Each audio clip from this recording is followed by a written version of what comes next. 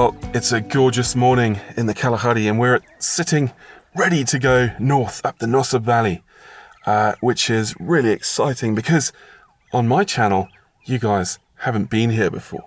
We've got the sun rising over on my right in the east. We're going to head north and hopefully spy some really interesting animals along this game drive this morning.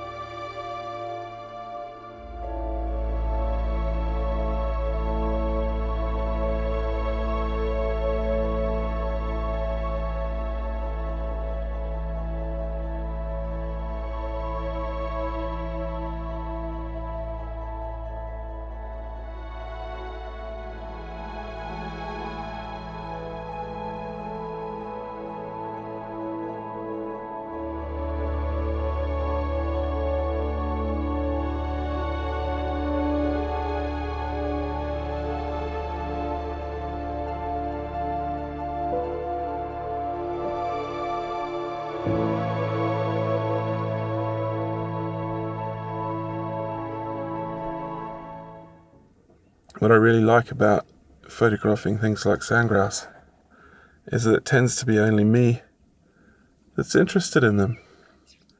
And I get to spend a lot of time on my own instead of surrounded by other people looking at a sleeping lion's foot.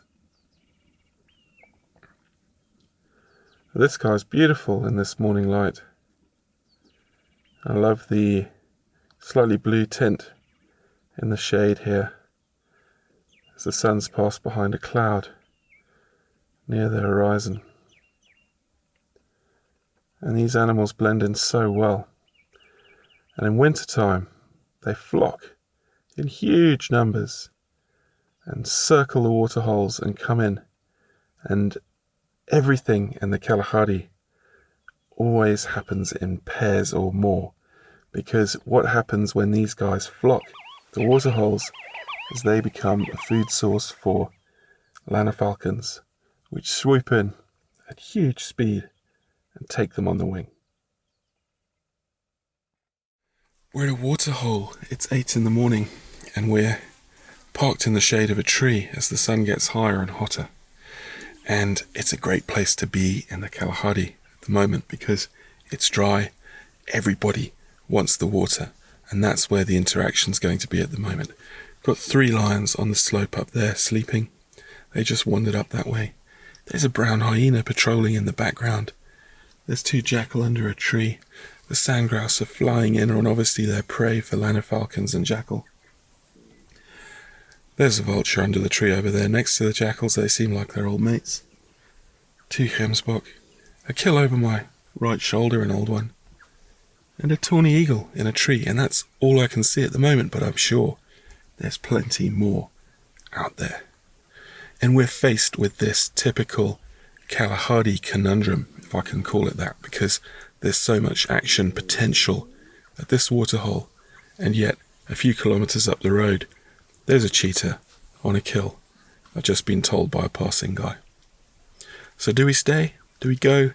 Do we give in to the FOMO? Or do we hang out here and see what we see on our own? Meet me where the meadows grow by the waterhole. Lucid dreams of you and me. Sky high, busy life, I wanna leave. Oh, muscle tight, early light, cleanse down jaw. Say my name or say it twice. Shed this layer of overthinking.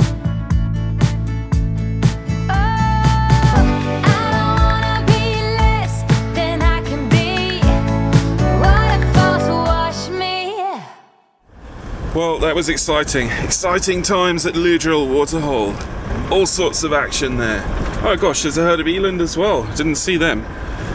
So we had red hartebeest, we had tawny eagle, we had vultures, we had jackal-vulture interaction, we had a brown hyena, 3 lions.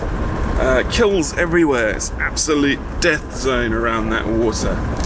And a lot of action in the hour and a half that we've spent there. But now we're heading further down the valley towards the other waterholes, and by all accounts, up ahead, it's just as exciting. The waterholes in the southern Nossob Valley are spaced about 12 kilometers apart, and the reason for this is because that's about the distance one can travel in an ox wagon. The next waterhole north of LEUDRILL is called WITPUT. Roy in Afrikaans means red, and puts means well, and it's named for the thick layer of fossilized red sandstone that the old-timers had to drill through to get to water. It's one of the few waterholes with a camp close by on the Botswana side, and if you're lucky enough to get a booking there, it's a great place for photographers because one can stay very close to the waterhole, and the advantage of that is you're able to arrive very early in the morning when predators might still be drinking, and also leave late in the evening where they might be hunting.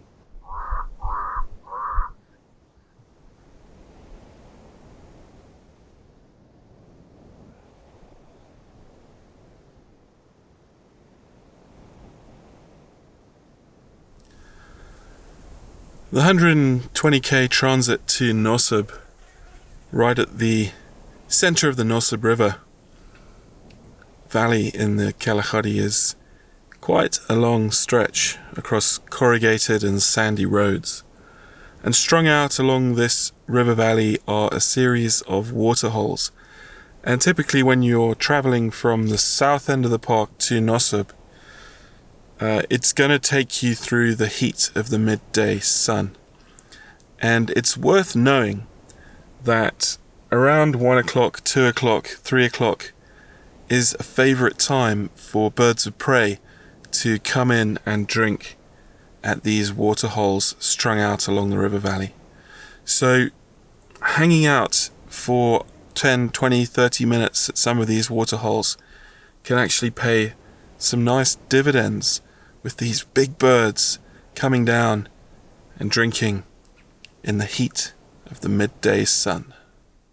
Let's go on the longest journey far away. See elephants out in the wild. Forget every word we've ever known. Sunrise, sunset, hopes and dreams and regret. Now it's all the same. Call me out from my shadow self. It's time I can tell. I don't wanna be less than I can be. Waterfalls wash me. We're waiting at the first waterhole outside of Nossob on the northern side. I can't pronounce it, but it's called QUAP.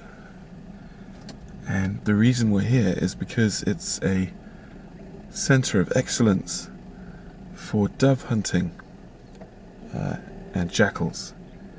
And there's a particular jackal here, or has been over the past few years, that has made an art of stalking doves that come down to the waterhole to drink in the early morning and the late afternoon. And what he does is he lies in wait in the shadows of the trees near the waterhole, and then rushes out to try and capture a dove as it takes off in fright and confusion. Now, I haven't seen any sign that this jackal is here at the moment, unfortunately. There was one around earlier, but I don't know if it was the right jackal because he looked very nervous. The last time I was here, a jackal was really confident, lying in the shadows, knew everything about the area, chased off the other jackals, and was just generally a jackal about town, a very confident individual. So we're waiting anyway, just to see what happens. because the doves have started flying in. And that either means the jackal isn't here, or it's time for hunting. It doesn't look like we're in luck with the jackal. I don't think there's enough doves around to warrant hunting, because he needs that confusion of all the birds in terror flocking up into the air to actually grab one in flight. And there just don't seem to be enough doves around at the moment. So I'm not sure what's going on with the jackal here. Maybe it's at particular times of year. The last time I was here was late January, early February, and he was definitely hunting then. Maybe he's just moved on or died, and the art has been lost. This wonderful ability to provide food by capturing doves in flight. You don't see it that often, although I have seen jackals lurking at one or two other waterholes, so maybe some of the others know about it. There's no question that thirst plays a major role in the photography and environment of the Kalahari. And there's no question that the man-made boreholes along the river valleys, Arb and Nosib, have alleviated some of that thirst. But that intervention, to my mind, is still a good thing, because the area that this environment encompasses is much bigger than the 34,500 square kilometers of the national park. In the old days it was vast, and herds as large as 50,000 used to wander across the plains for days on end. And the reason they were able to do that was because of grazing and surface water that they could find over a huge area. They would follow the rain, follow the water, and follow the food. They can't do that anymore. And these man-made waterholes have helped to improve the population statistics in the Kalahari, but more importantly, from a photographer's perspective, to drive some of those amazing desert interactions that one can only find in areas of scarce resources like the Kalahari. And so much of that thirst-driven behavior is interesting to place in front of a camera lens. But more than that, the waterholes offer a whole sense of history to explore, whether it's the waterhole at Moravat, which is named after a speckled cow, a very fine specimen by all accounts, that Sarel used to graze there, or the one at Sitsas, which simply means in the local language, water with a bad taste. All of these boreholes have a history and a story behind them. And exploring that story is at least as rewarding as the photography that one can find there.